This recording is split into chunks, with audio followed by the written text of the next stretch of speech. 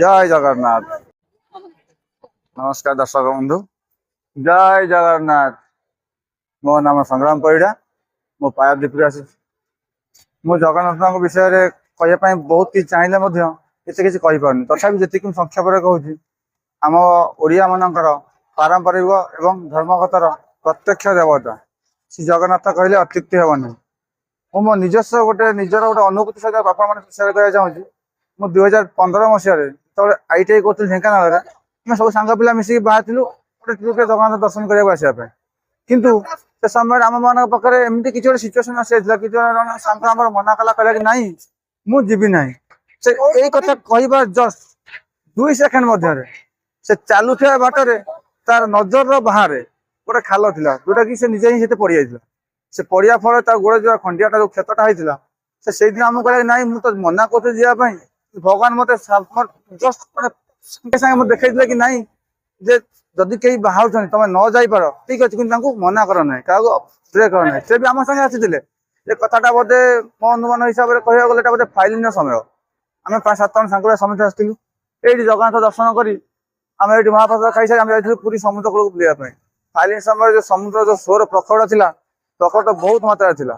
ମୋର ଜଣେ ସାଙ୍ଗ ହିସାବ ହବ, ସେ ସମୁଦ୍ର ସାମ୍ନାରେ ଢେଉର ସାମ୍ନାରେ ଠିଆ ହେଇଥିବା ସମୟରେ ସେ ଢେଉର ମାହାଡରେ ଆସିକି ପଛରେ ପଡିକିରି ଗୋଟେ ଲୋକର ନାକ ଫାଟି ଯାଇଥିଲା। ଗୋଟେ ସେକେଣ୍ଡ ହେଇଥିଲା, କିନ୍ତୁ ସେ ନାକର ବ୍ଲଡ ଠାକୁର ଡାକିଲା ଠାକୁର ନାଁ ନେବା ପରେ ସେ ବହୁତ ମାତ୍ରାରେ ଭଲ ହେଇଯାଇଥିଲା।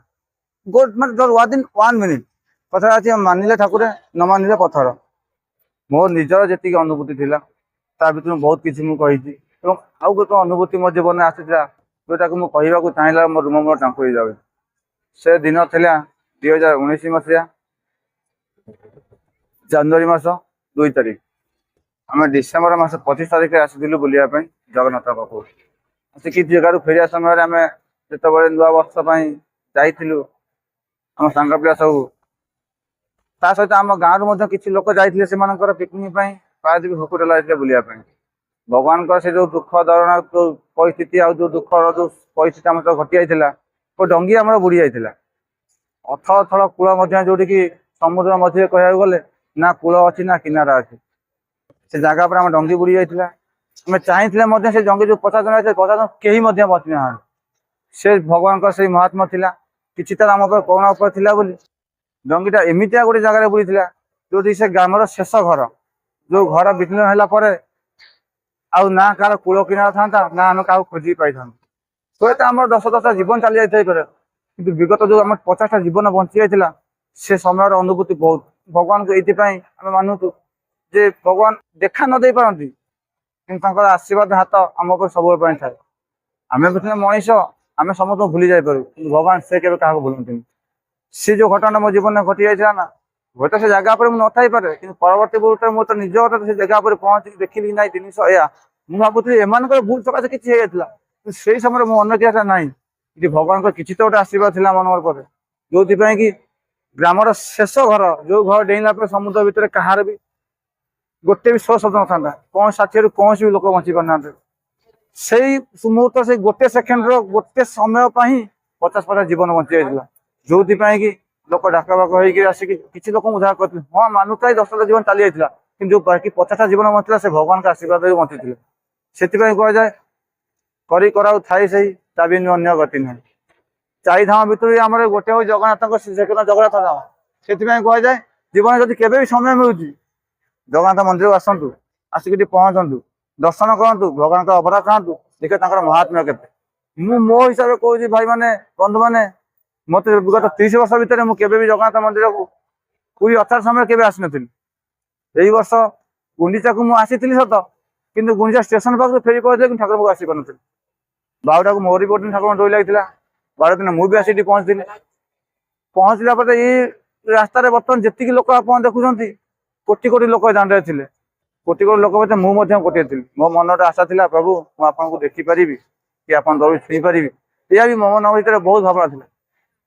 କିନ୍ତୁ ସେ ଭଗବାନଙ୍କର କରୁଣା ନୀଳା ତା ଭିତରେ ପଶିଗଲା ପରେ ନା, ମୁଁ ତା ମଧ୍ୟରେ ମୁଁ ହଜି ଯାଇଥିଲି। ମୁଁ ଚାହିଁ ନ ଚାହିଁ ମଧ୍ୟ ଭଗବାନଙ୍କ ଦୌରି ପାଖରେ ପହଞ୍ଚି ଯାଇଥିଲି। ଭଗବାନ ଦୌରି ବି ଛୁଇଁଥିଲି, ସେଠୁ ଫେରିକି ଆସିଥିଲି। ମୁଁ ଭାବୁଥିଲି ବୋଧେ ଭଗବାନ ମୁଁ ଯାଇଥିଲି ଛୁଇଁବା ପାଇଁ, ନାଇଁ ଭଗବାନ ମତେ ପଡିଥିଲେ କିଛି ଲୋକଙ୍କୁ ସେଠି ରକ୍ଷା କରି ଆଣିବା ପାଇଁ। ମୁଁ ଦେଖିଥିଲି ମୋ ଆଖି ସାମ୍ନାରେ ତିନି ଚାରୋଟି ସ୍ତ୍ରୀ ଲୋକ ଯୋଉମାନେ କି ଯାଇଥିଲେ ଦୌଡ଼ି ଛୁଇଁବା ପାଇଁ ଠାକୁରଙ୍କର ରଥ ଟାଣିବା ପାଇଁ, ସେମାନେ ସେ ଗହଳି ଭିତରେ ପୁରା ଚାପି ହେଇଯାଇଥିଲେ। ମୁଁ ଯାଇଥିଲି ରଥ ଦୌଡ଼ି ଭଗବାନଙ୍କ ରଥ ଟାଣିବା ପାଇଁ, କିନ୍ତୁ ମତେ ଭଗବାନ ପହଞ୍ଚିଲେ ସେମାନଙ୍କୁ ରକ୍ଷା କରି ଆଣିବା ପାଇଁ। ଏଇଟା ଭଗବାନଙ୍କ ଲୀଳା, ଯୋଉଟା ଆମେ ଚାହିଁଲେ ମଧ୍ୟ ବୁଝିପାରିବାନି। ମଣିଷ ସେ ନୀଳାକୁ ବୁଝିବାକୁ ହେଲେ ମଣିଷ ମନରେ ଭଗବାନ ପ୍ରତି ସେତିକି ଭଲ ପାଇବା ଥିବା ଦରକାର, ଆଉ ସେତିକି ସମ୍ମାନ ସ୍ନେହ ଥିବା ଦରକାର, ଯୋଉଟା ଭଗବାନ ଆମର ସବୁବେଳେ ଆଶୀର୍ବାଦ ରଖୁଛନ୍ତି। କିନ୍ତୁ ଆମେ ଭାବୁଛେ ନାଇଁ ଭଗବାନ ଆମର ଆଶୀର୍ବାଦ ରଖୁନାହାନ୍ତି, କିନ୍ତୁ ଏଇଟା ଆମ ମାନଙ୍କ ମଧ୍ୟରେ ସେ ନଥାଇପାରେ। କିନ୍ତୁ ଯଦି ଗୋଟେ ମଣିଷ ପ୍ରକୃତ ଜୀବନରେ ଥରେ ଭାବିବା ଚେଷ୍ଟା କରେ ଯେ ଆକ୍ଚୁଆଲି ଭଗବାନ ଅଛନ୍ତି କି ନାହାନ୍ତି, ଆମେ ଭାବୁଛେ ଆମ ଜୀବନରେ ଯୋଉ ଦୁଃଖଟା ଅଛି ଭଗବାନ ଆମକୁ କଷ୍ଟ ଦଉଛନ୍ତି, ନାଇଁ ଆମ ପାଖରେ ଖାଇବା ପାଇଁ ଖାଦ୍ୟ ଘଣ୍ଟା ମିଳିପାରୁଛି, ରହିବା ପାଇଁ ଘର ମିଳିପାରୁଛି। ଲୋକ ଏମିତି ବି ଅଛନ୍ତି ସେମାନଙ୍କ ପାଇଁ ନା ଖାଇବା ପାଇଁ ଗୋଟେ ଖାଇବାକୁ ମିଳୁଛି, ନା ଘର ଖଣ୍ଡେ ଅଛି, କିନ୍ତୁ ଫିର ବି ଏଇ ଜଗନ୍ନାଥ ମନ୍ଦିର ସାମ୍ନାରେ ଯେବେ ବି ଯେକୌଣସି ଲୋକ ଆସିକିରି ଏଠି ହାତ ଟେକି ଯାହା ବି ମାଗିଛି ଭଗବାନ ତାକୁ କେବେ ଖାଲି ହାତରେ ଫେରିନାହାନ୍ତି।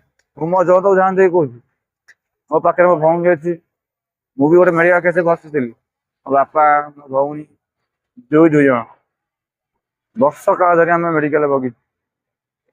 ଭଉଣୀ ଆୟୁଷରେ ଥିଲା, ବାପା ଚାଲିଗଲେ, କିନ୍ତୁ ମନରେ ଗୋଟେ ଆଶା ଥିଲା ପ୍ରଭୁ ଯାହା ତ ଜୀବନରେ ହେଇଯାଇଛି କାହାକୁ ଜଣକୁ ରଖିଦିଅ। ସେଇ ଭଗବାନ ପୁଣି ପଇସା ମୋ ଭଉଣୀ ମୁଁ ଫେରି ପାଇଛ, ତମ ବାପା ମୋ ପାଖରେ ଆଜି 2 ବର୍ଷ ହେଇଯିବ।